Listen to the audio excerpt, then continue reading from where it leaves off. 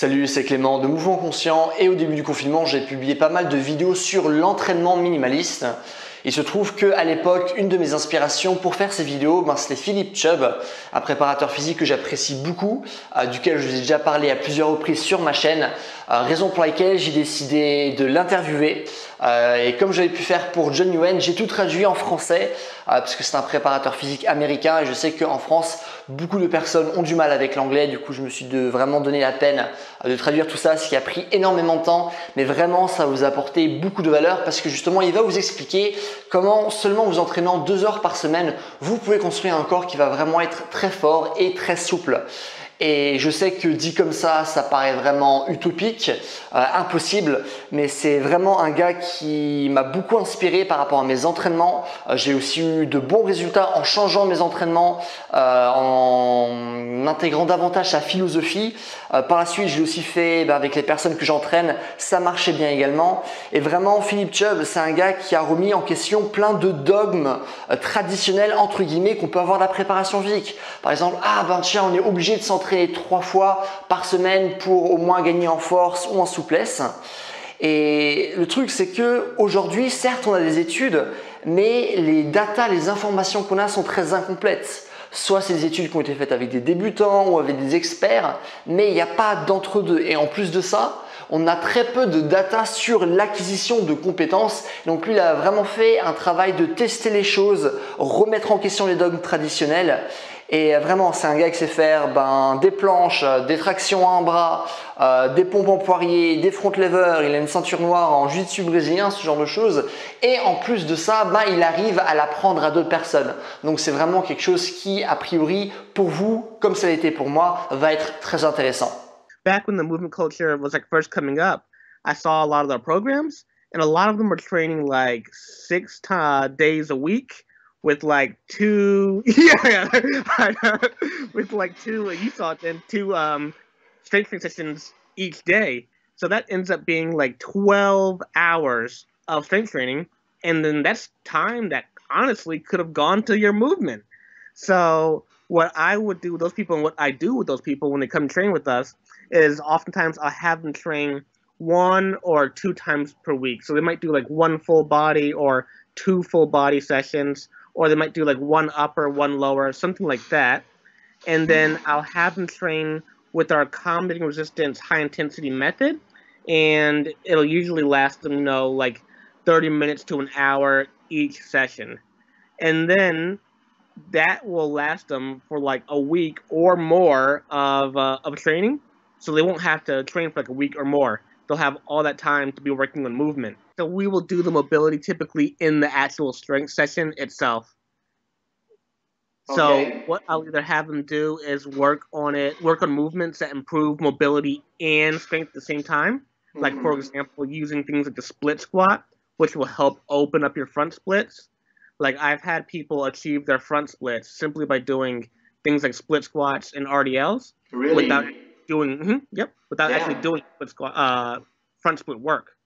Or I've had people get their hands to the ground on a pike just by doing RDLs or Jefferson curls. For example, my own wife, when she first started training, she couldn't even touch her toes. Now, she can touch, do a full pike fold. Yeah. And all we worked on was Jefferson curls. Damn, nice. So we just put the mobility work in the strength training session itself. Or it will be one of the strength movements, like a split squat or a Jefferson curl. Okay. So your athletes really do only train 2 hours a week on this stuff. Yeah, so when we say it's only 1 sessions a week, we actually mean 1 to 2 sessions a week. A lot of people will say, "Oh yeah, we train 2 sessions a week," but then there's 5 mobility programs to be done. Yeah.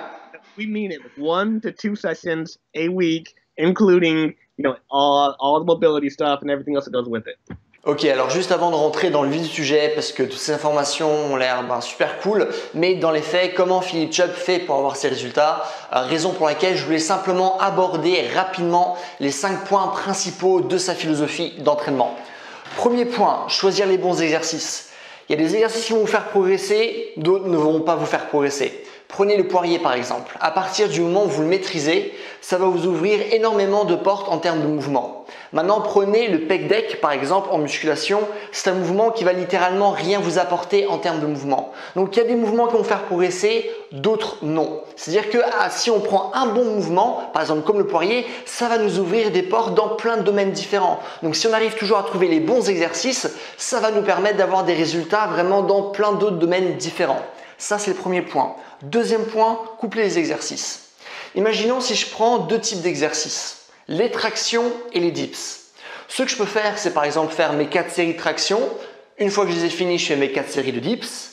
Mais ce que je peux faire aussi, ce qui est beaucoup plus intéressant, c'est coupler les exercices. Ça veut dire faire une série de tractions, ma récupération, une série de dips, ma récupération, une série de tractions, une série de dips et ainsi de suite. Et ça, c'est intéressant parce que logiquement, avant de repasser à ma série de tractions, j'aurais eu davantage de récup. Pourquoi? Parce que ça a été entrecoupé d'un exercice où j'ai travaillé d'autres groupes musculaires en faisant justement des dips. Ce qui me permet lorsque je vais retravailler les mêmes groupes musculaires, je vais être beaucoup plus frais. Et vu que je vais être beaucoup plus frais, je serai beaucoup moins fatigué, je vais pouvoir travailler avec une plus grande intensité.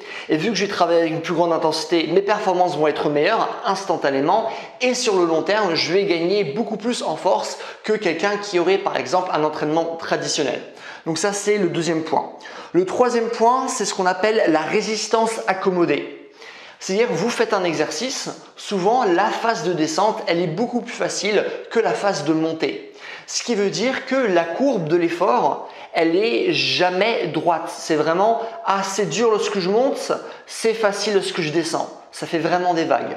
Mais ce qu'on peut faire, c'est faire des exercices où on va accommoder la résistance et faire en sorte que par exemple, lorsqu'on va descendre, on va rajouter davantage de poids pour que justement la résistance soit une ligne droite et qu'on ait toujours la même résistance au lieu qu'il y ait une partie du mouvement qui soit plus facile alors que l'autre partie est plus dure.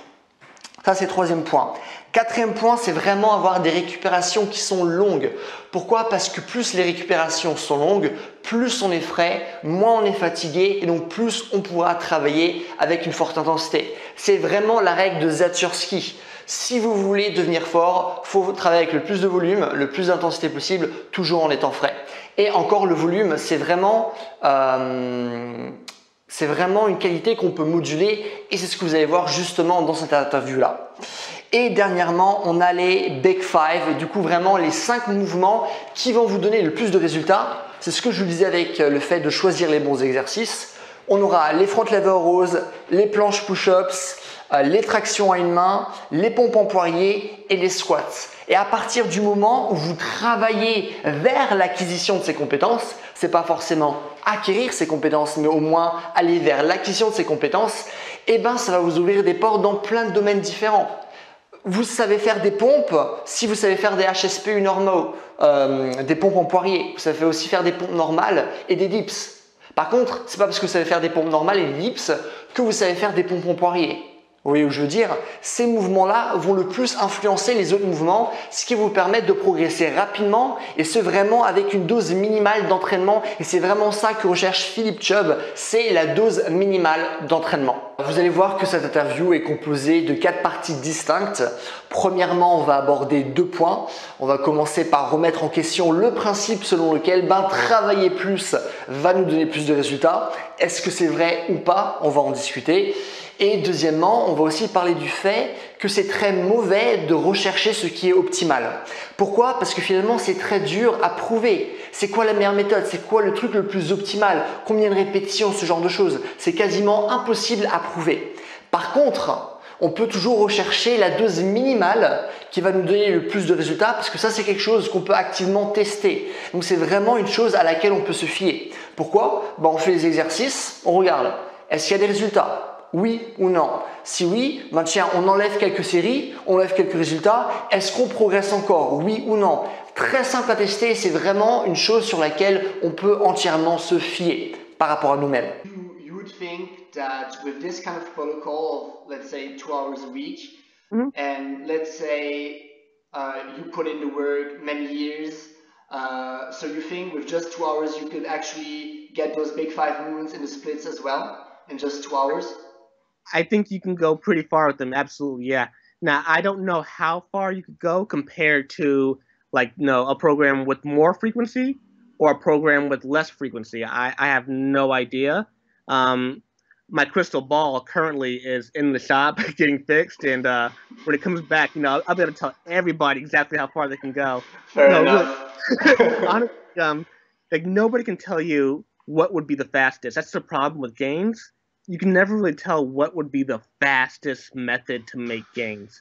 That's kind of one of the problems of this industry is we can't tell. Like we don't know. Even if we were to study, if you took like two identical twins with the same life, you might have one person doing a program, the other one doing the exact same program, and even then there might be different factors with them that would make it so that one gains faster, one gains slower, or slower and faster, etc. But what you can tell is how much time it takes to do something, and you can tell the range of gains that you're making, so how many exercises you gain on in that time. And we like by that since those are actually measurable things, unlike speed of gains. Can't tell for sure if doing more volume would result in faster gains or if doing less volume would result in faster gains. Once again, it's the same thing. Like once my crystal ball is at the shop, I'm gonna be able to figure all this out. But unfortunately, and no one can. I think the thing is like once again back to my crystal ball. The crystal ball lets you know what optimal is, but it's still in the shop, so it's like it just doesn't work. And the problem is like when it comes to fields like this, like fitness, where we can't really see into the future, we can never really know what optimal is. And I think that's kind of a problem because let's say like for example you read that study that says 3 times a week is optimal, and you're like, oh, I think 3 times a week is optimal. I'm going to do my one-arm chin-up work 3 times a week. Like anybody who's done like a one-arm chin-up work probably knows if you're going for 3 times a week with that, you're risking taking a trip aboard the pain train. Like that's happened to you already. Yeah, it did. Yeah, Say, yeah.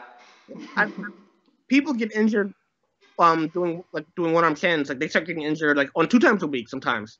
So then on 3 times, it's like, yeah, if you're going for that optimal, you are probably risking that overuse injury, that tendinitis. And while we can't know exactly what makes the best gains, we basically know for 100% sure that if you get injured and can't train, that's not optimal. That's terrible. So like our thinking is typically like, let's stay off the pain train first, and then let's get on the gain train second. So if we don't get injured, we can keep training. Slowly and surely we'll make gains. But if you get injured, you have to go like all the way back and start. Yeah, a lot of lost gains. Alors dans cette deuxième partie, on va aborder l'importance de tester les choses, remettre en cause les concepts d'entraînement qu'on nous a donnés. Et ça, c'est vraiment quelque chose qui est très nécessaire, mais c'est aussi quelque chose qui fait vachement peur. Pourquoi? Parce que lorsqu'on essaye de remettre en cause des principes d'entraînement qu'on utilise, lorsqu'on essaye de remettre en cause ce qu'on pense être optimal, logiquement, on va avoir peur de perdre les compétences ou les qualités physiques qu'on a pris du temps à acquérir. Donc là, on va vraiment parler de l'importance de tester et finalement des conséquences positives et négatives qui peuvent exister en mettant en place ce genre de démarche. So I think the biggest one I would say was probably not testing. There are a lot of people who just start off with their programs with like 10 sets or 20 sets a week, or like there was a study done, I believe, that kind of showed that like optimal gains were made with 3 sessions a week, but I don't remember if it factored in different amounts of volume and stuff like that. But I think a lot of people take that and they read it and they're like, okay, I'm going to train that often because that's optimal, without factoring any of the other variables in. And I was guilty of that for a long time. So I would oftentimes train back in the day like 6 days a week. And it was good. I would do like straight arm, legs, bent arm, 1 day off, straight arm, legs, bent arm. Or like at my better, I was training 4 times a week, which was like upper, lower, rest, upper, lower, and then on the rest days ended up being cardio because I just couldn't sit still for 5 minutes. And it basically was just a lot of doing way too much work. And what's really funny is that occasionally what would happen is that I would do all that work, right? And then at some point I'd have to go like on vacation, and I'd only be able to train like 1 time or 2 times a week. and I would make insane gains. And I was like, well, this is awesome. When I train less, I make gains. That's awesome. And then like I'd come back home and be like, yep, totally forgot that. Gotta go back to training 4 times a week now, 6 times a week. And it's like, if I had just taken some time to test the minimal effective dose, I might have seen that instead of like, doing a whole bunch of sessions and constantly like, going backward or making regressions and not progress, then I might have seen that I didn't need as much work as I thought to make gains.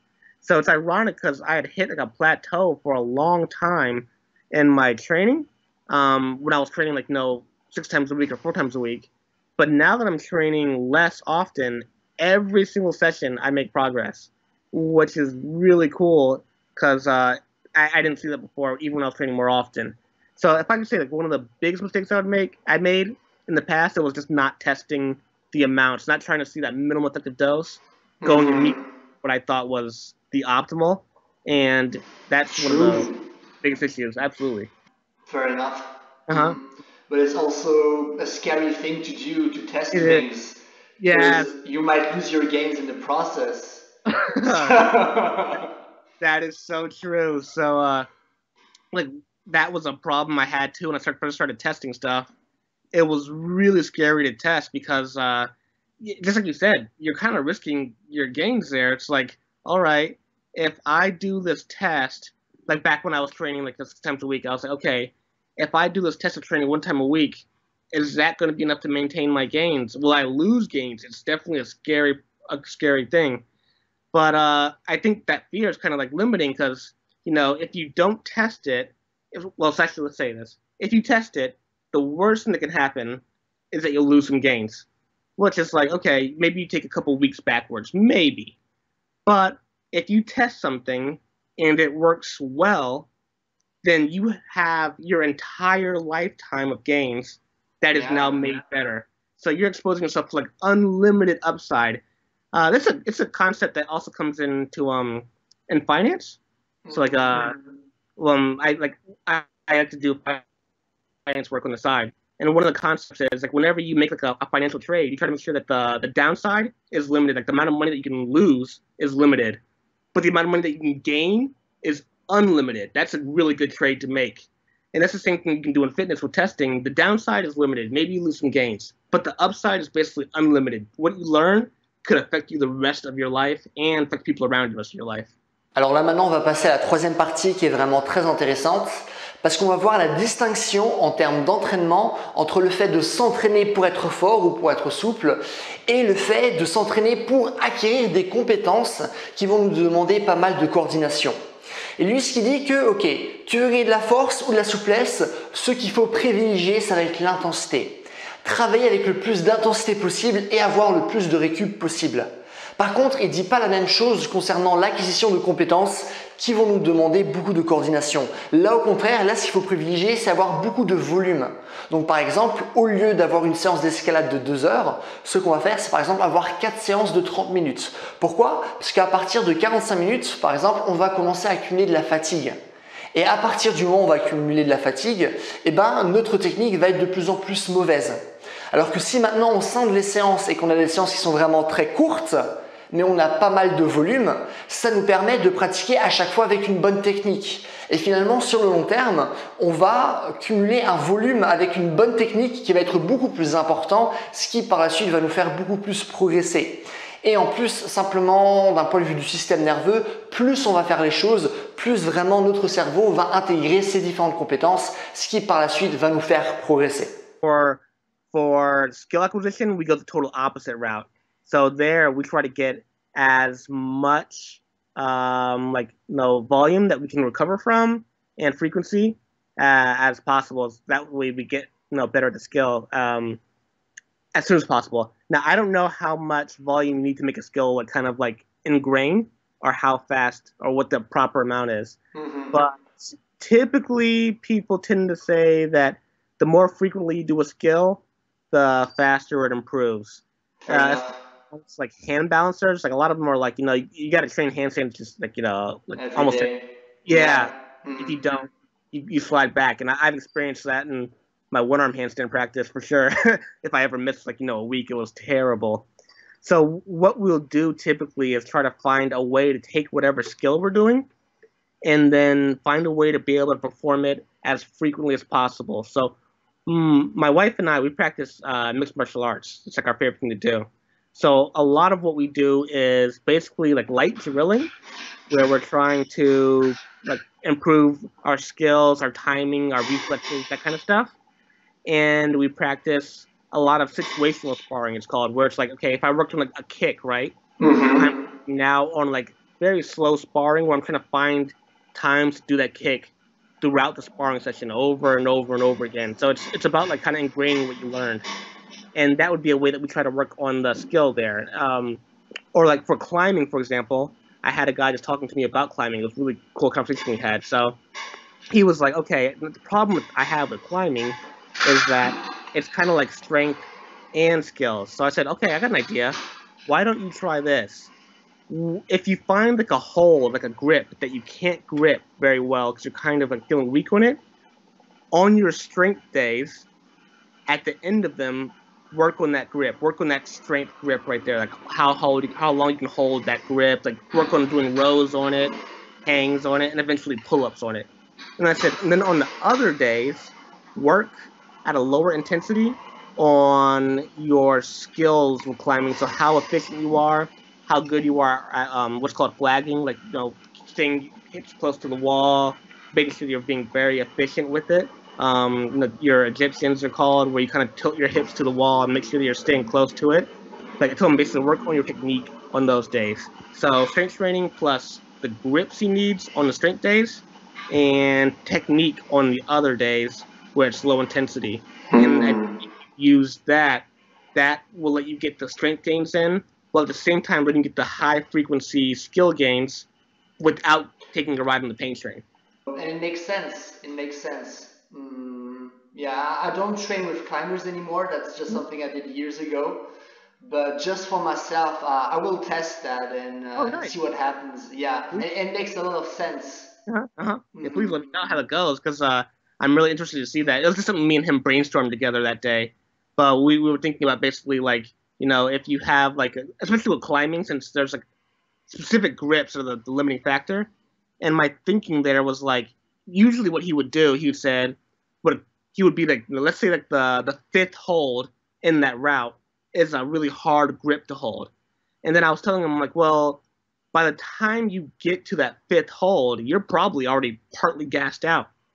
So what I was thinking was, I was like, okay, let's try this. Do it on your strength day where you just take that hold and try to just perform like rows on it, like something like where you're rowing on that hold. That way you're getting that grip specifically better right there in like a very like measurable way, basically. And then on the other days, do your technique work. And then when you get to the point where you can kind of like hang on that grip, or you've gotten stronger, try that route again and see if that route is now improved. When you get to that fifth grip, if you're like, hey, I can stick there a lot longer because I strength trained it with it as the limiting factor, not having to go 5 holes and be like, oh, I'm so tired. Oh no, the fifth hold, I'm so tired already. That kind of thing. I use that approach in a lot of different things, like hand balancing too. Like a lot of people will try to do everything at one time. They'll try to kick up and hold a handstand. And I always tell them, okay, try this. Try going on the wall and peeling off the wall using your hands so that you learn how to balance properly. And then at the end of the session, try performing kick-ups for time, where you just like kick yourself up, try to land in a perfect position, and come right back down. Because if you try to practice them both together, what'll happen is you'll practice your kick-up, and then maybe you'll hold a perfect handstand, but then you only got one kick-up.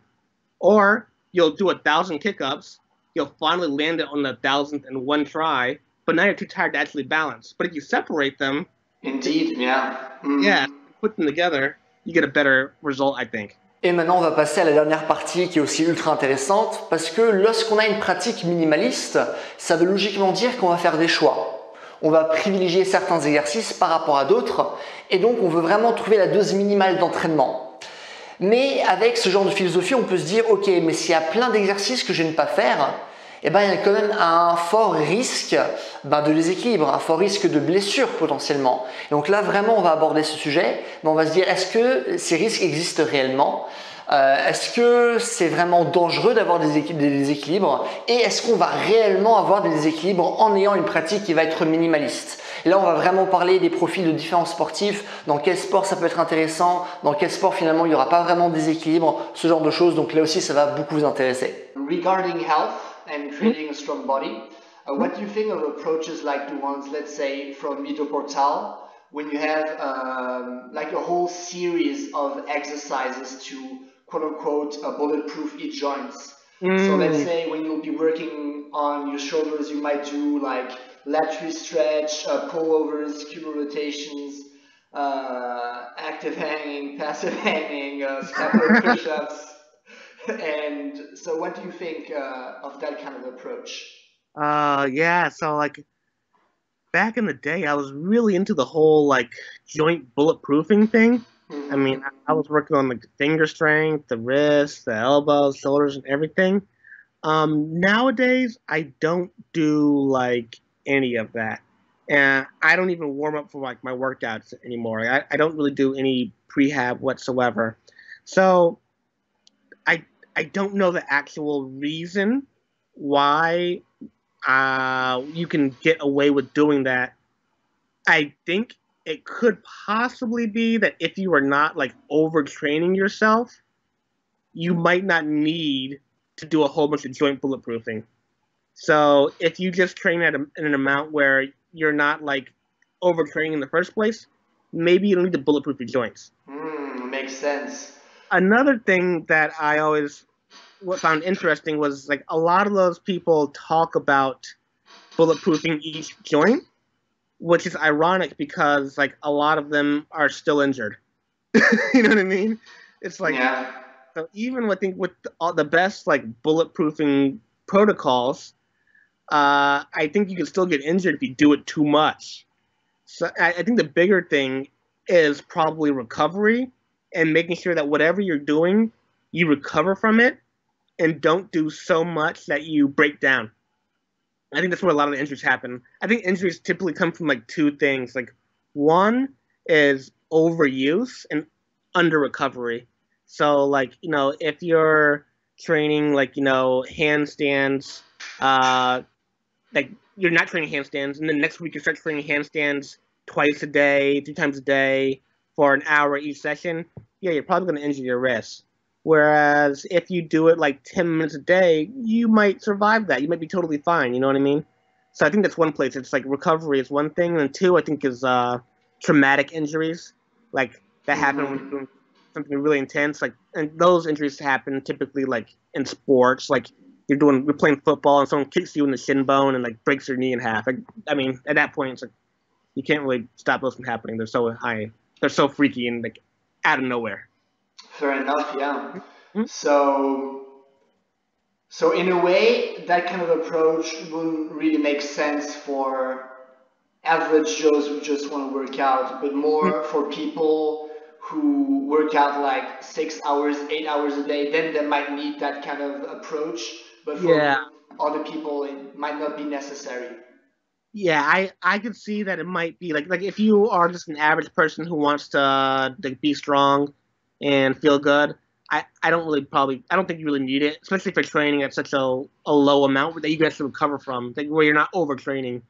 Where I think it may have some benefit is possibly with athletes who like don't really have a choice. Like if you're like a football player, like practice is tomorrow. And if you call a coach and be like, Coach, I can't train because, you know, Phil told me I need to recover, they're gonna be like, oh yeah, well you're fired. You know, so we'll see you in the field, or you won't be working here anymore. So it's like at that point, maybe that person could benefit from prehab. But I think the thing is, if you're just training and you're not overtraining, you probably won't need that stuff. You can probably get away with not doing your prehab. In the same idea, what do you think about muscle imbalances that might appear because of minimalistic workouts? What do you think about that? Good question. Yeah, that's an interesting one because it's like That could happen, but at the same time, I'm not totally sure that it will be a problem for sure. That it will be a problem, or that it would happen purely as a result of minimalistic training. So, like for example, I can do like a lot of one-arm chins on my right hand, and my left one is not near as strong. So I think I can here on my left I can do like maybe 3, but my right one like thank you. My right one has gotten to like 4 or 5 before. So like there's a pretty big strength difference between my two arms. Most people would say, yeah, Philip, you're pretty imbalanced. And like, yeah, sure, I am. But I haven't seemed to get injured yet. So I think that might be more of a case of, once again, maybe it's more about like, are you overtraining? And are you doing things where you have to overtrain? So where that might be more scary is something like an athlete who maybe, like, let's say they have one leg that has like 500 pounds of power, and the other leg has like only 100, and they jump off the 500-pound leg and they have to land on the 100-pound leg. Maybe that kind of like really big imbalance where you can't like support that weight. Maybe that's a little bit more scary. That makes something where I can see an injury happening. I think you're like, just being like not overtraining and not training at like such a or not doing like athletics such a high intensity where you run into that risk of like freak accidents. Then I don't know if there's as big an issue. So if I had an athlete, like I'll have them do split squats and stuff like that just to make sure that everything's nice and balanced as best as possible. No, that one leg is around the same strength as the other leg and stuff like that. But I don't worry too much about like everything being exactly symmetrical. Ok, bah écoutez, c'est tout pour cette vidéo. J'espère que vous avez pu vraiment apprendre plein de choses très intéressantes. Honnêtement, si vous mettez en place ces concepts dans vos différents entraînements, vous allez avoir de bons résultats et ce rapidement. Mais aussi, vraiment, dans la démarche de cette conversation, ce qui est important, c'est de tester les choses. Testez pour vous-même pendant 2-3 mois dans vos différentes pratiques, dans vos différents sports et examinez votre progression et regardez pour vous-même ce que ces différents concepts vont vous apporter. Un grand merci à Philip Chubb d'avoir fait cette interview, qu'on ait pu avoir cette discussion, c'était vraiment cool. C'est des concepts qui ont beaucoup marché pour moi, c'est des concepts qui marchent aussi pour mes clients. Donc voilà, si vous voulez avoir davantage d'informations concernant sa philosophie, je vous invite vivement à le follow sur Instagram. Il a vraiment du super bon contenu. Vous pouvez aussi aller sur son site. Il a aussi un blog où il a écrit différents articles qui sont très intéressants. Et aussi, si vous êtes intéressé par du coaching, vous avez aussi toutes les informations sur son site. Donc voilà, je mettrai tous les liens dans la description. Sachez aussi que je mettrai la conversation entière, mais du coup cette fois-ci en anglais, dans la description si vous voulez voir toute la conversation. Il y a juste vers la fin, il y a eu un petit bug avec le son, donc c'est pas super. Et au début, il y a eu une coupure, donc c'est pas l'interview le plus propre du monde. Néanmoins, les informations sont très intéressantes. Tous les liens sont dans la description. Et voilà, c'est tout. Passez une bonne journée. Bye.